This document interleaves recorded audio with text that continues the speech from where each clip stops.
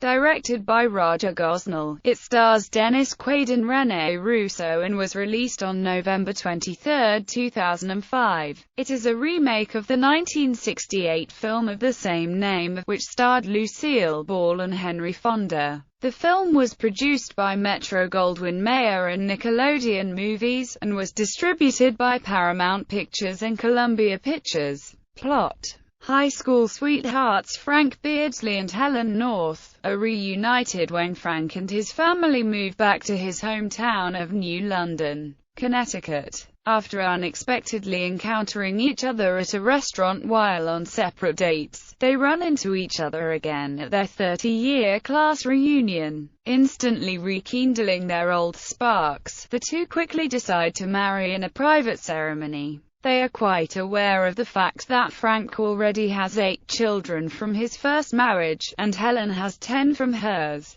The family moves into a new home on the same property as the lighthouse where Frank and Helen shared their first kiss, joined by the North children's numerous pets, and Frank's housekeeper, Mrs. Munion. It soon becomes apparent that Coast Guard Admiral Frank has a very regimented view of how things should be done, whereas Helen is an artist with a more free-spirited, lackadaisical attitude. Their respective children are shocked by the news of their parents' quick wedding and do not get along well at first, even turning a planned lighthouse renovation project into an all-out paint fight. Frank's oldest son William calls a meeting among the children and explains that they can better rid themselves of their new situation by joining forces to make their parents' respective philosophical differences apparent, which will cause them to fight. But the children gradually bond, attending their siblings' soccer games and helping William in his class president campaign. A short time later, Frank and Helen attend a formal Coast Guard dinner where Frank's superior, Commandant Sherman, officially offers Frank the opportunity to be his successor. Frank respectfully declines the offer, citing both his obligation to the Coast Guard Academy and his new family. Meanwhile, as the young children have a food fight upstairs in the bedroom, the older ones throw a wild party downstairs. When the parents return to find the place in total chaos, Frank is furious and Helen's more laid-back approach only angers him more. This causes their worst fight yet, and the children, realizing how happy their parents have been together, and begin to realize that they might have pushed things too far. The next day, Frank informs Helen that he has decided to take the position as commandant after all, and the pair schedule a family meeting to inform the children. As they return from school, jubilant over having defended their younger siblings from bullies, and with the news of William having won the class election, Frank quickly deflates the mood by telling the children of his decision to accept the new position. Feeling guilty for having torn their parents apart, the children set about undoing their mistakes, even enlisting Helen to aid in their efforts.